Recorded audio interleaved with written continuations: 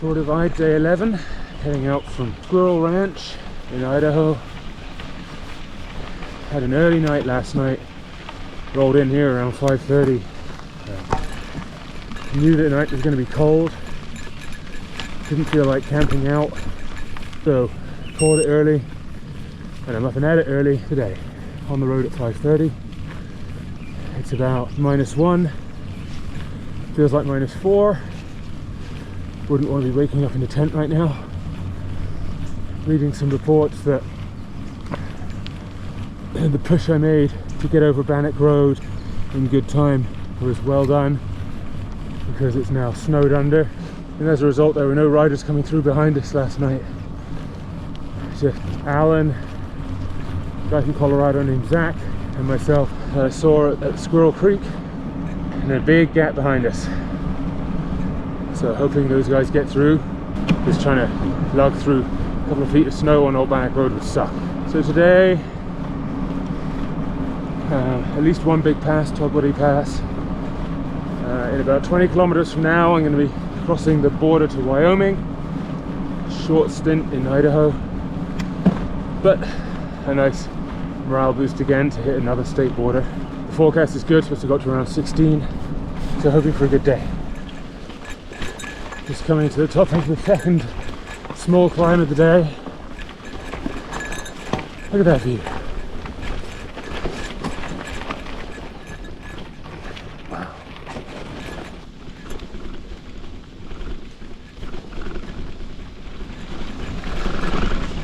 It's actually been pretty hard going this morning. These forest roads clearly got a lot of rain overnight, and it's been kind of sucking on the tires. My hope here is, as the sun comes up, and I'm starting to see signs that they're drying out in places, that this is going to go from a grind where I've done 15 kilometers in an hour and a half to a slightly faster rolling surface that'll let me make a bit more time. Because right now this is slow going and it's energy sucking. It's ironic that at this time of the morning, as the sun comes up, I find it often actually gets colder, and today is no exception. I actually just stopped not too long ago to put an extra layer of gloves on, as my feet or hands were going numb. Hopefully that will soon reverse. Right now, it's really quite chilly. I just realised that somewhere back along this road I passed from Idaho into Wyoming. No fanfare, no sign. Farewell, Idaho. You were brief and a mixture of really shitty thick sand trails, beautiful views, nice people, and terrible weather. Back to climbing again.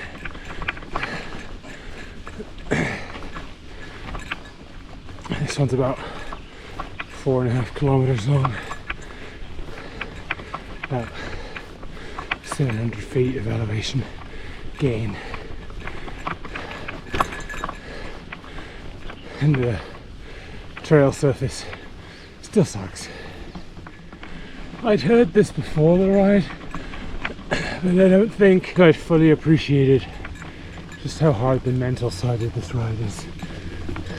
But yes, physically it's absolutely brutal, but the mental side and the seesawing that happens is quite something. I don't think I'd ever cried on bike rides before.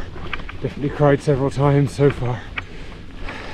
And you veer wildly back and forth between feeling great and thinking I've got this, and then you hit a climb where it's a steep segment or some crappy terrain or all three like this, and you go from feeling great to just being completely dead inside almost.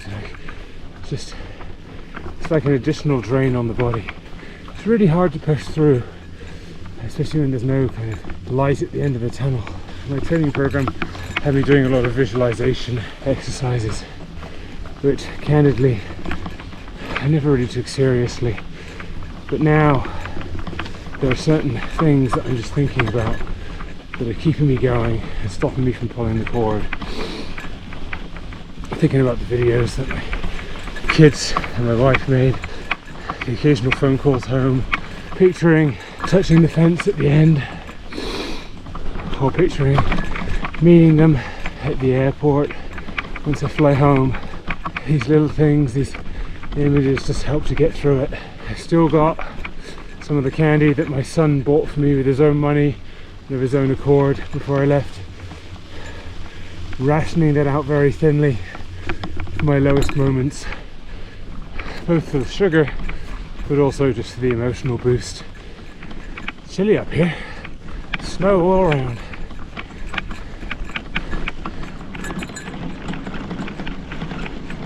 Morning. Morning.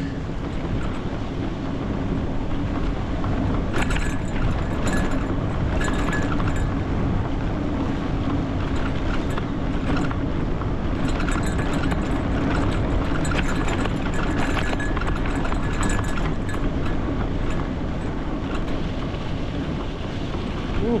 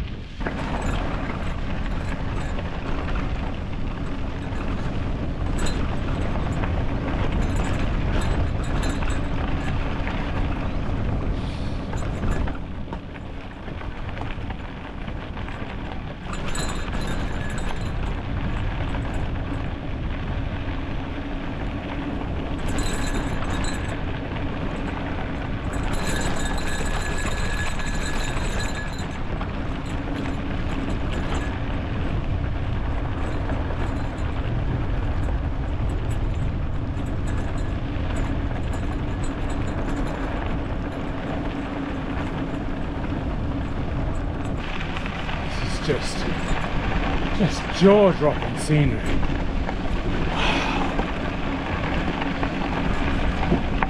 There are these little individual campsites just dotted along this forest road. Each of them has its own outhouse. Some of them have picnic tables or fire pits.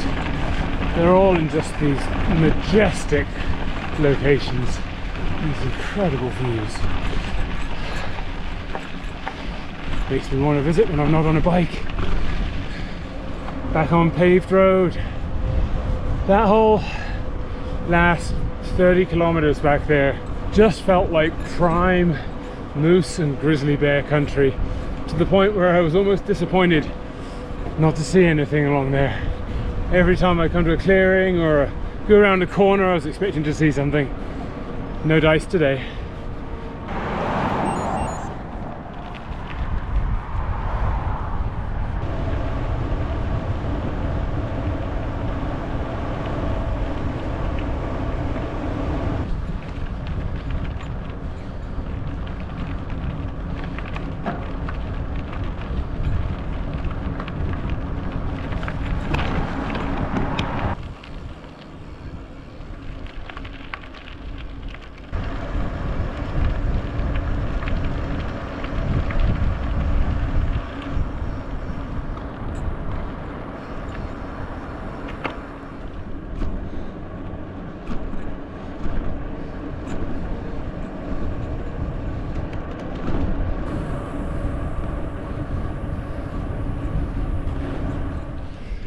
Back to real climbing.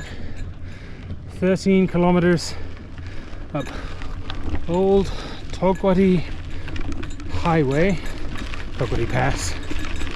550 meters of vertical ascent, which is about 1800 feet. and will, I think, be the highest I've been so far. Shaking my fist at Ride with GPS, which said this was a paved road. It is not. Grumble, grumble, grumble. Brief respite, partway up the climb.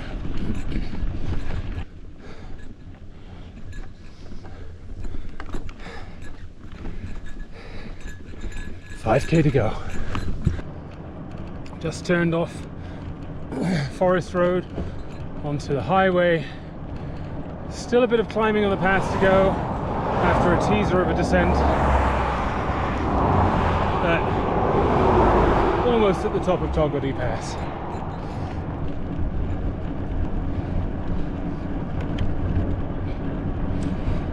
Now up at about 8,100 feet above sea level.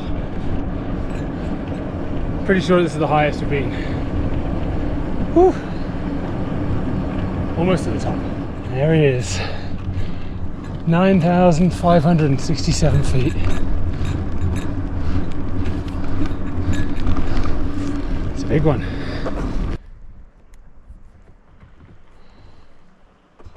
Ah, sure. Why give us a road descent when you could give us off-road shenanigans? You're marked as being only for 4x4s with high clearance. This bodes well. Yeah, that looks about right.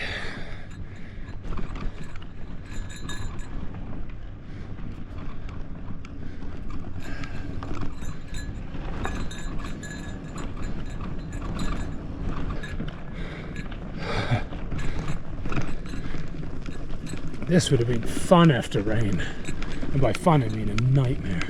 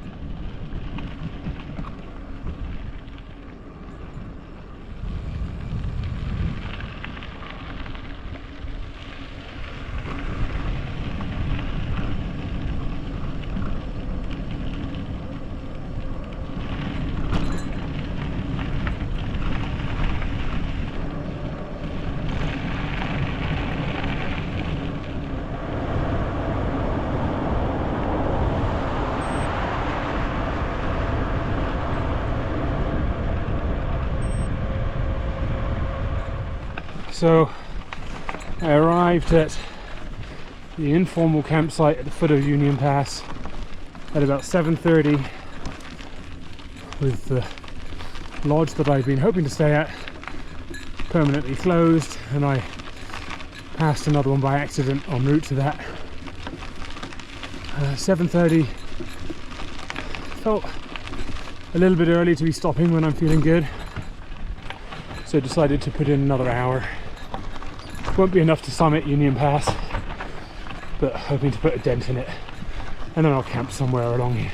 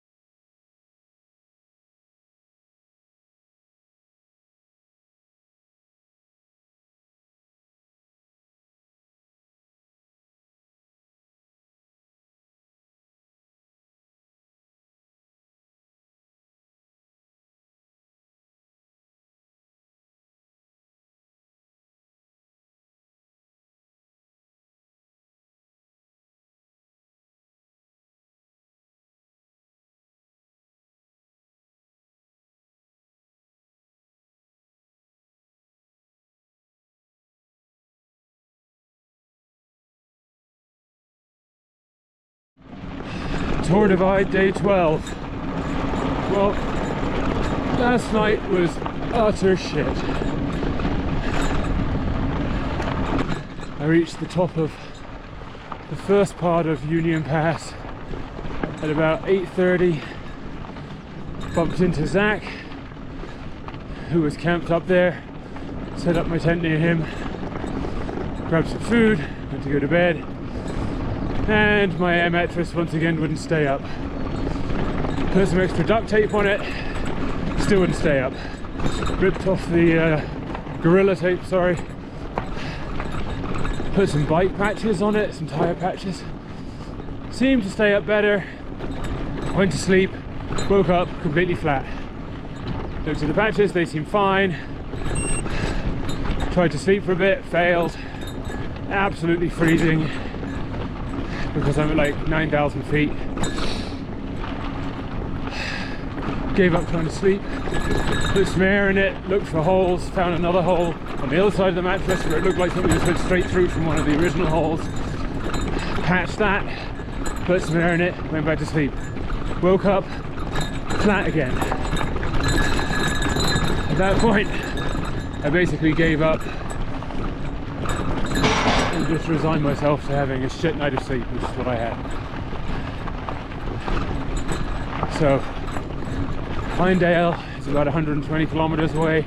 When I get there, I'm finding an outfitters and replacing this mat because I'm not having another night like that. Recovery is too important, and I got none of it last night. So, my legs are fried, I'm in a shit mood. And here we go. Well, now I'm even more mad about the day. My route file was wrong. It took me off on a side trail up a steep climb for about a kilometer before I realized that it was the wrong path when it tried to turn me onto a trail that didn't exist. So then I had to backtrack that entire route, and now re-climbing the same elevation that I had before. Cost me a bunch of time, a bunch of energy, and my mood's even worse. Well, that's a thing.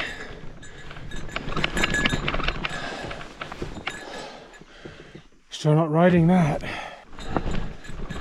More like a bike.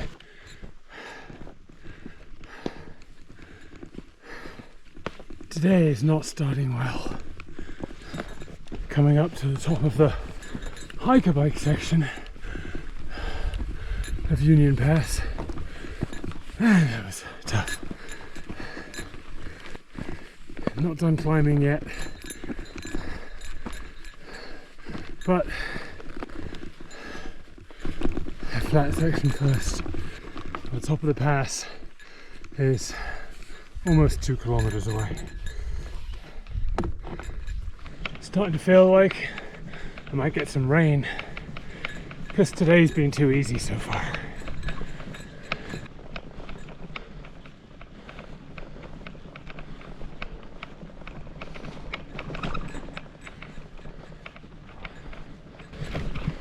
Would you look at that?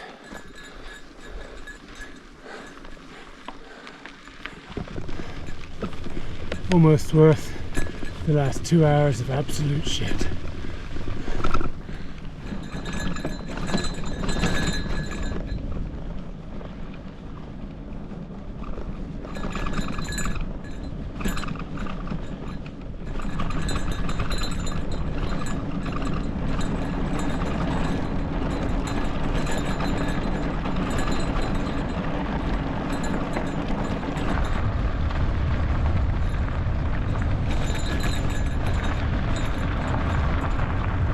So, 2 new fun developments, and by fun I mean not. Firstly, realised that the restaurant we were heading to for lunch is closed from Monday to Wednesday. It's Tuesday today. So the first restaurant that I've got marked down would be in Pinedale, which is another 80 kilometers away. Secondly, big rock got thrown up by my front wheel on part of the descent, hit some part of the rear mech, not sure where, and now I only have a couple of gears on the back that will actually stay in gear. Everything else wants to hop off constantly. So that's fun. We'll see if it's rideable or if I need to try and do some DIY myself. Wondering if the rear hanger is bent, which would be okay because I've got a couple spares, but I really need to make it to Pinedale in time to gear up, otherwise I'm going to lose another day tomorrow and going to be wildly off schedule. Very frustrating, shitty day so far. So now down off the Union Pass descent and into a whole different kind of landscape, more desert and tundra. It's going to get more and more like this over the next couple of days as I head into the basin.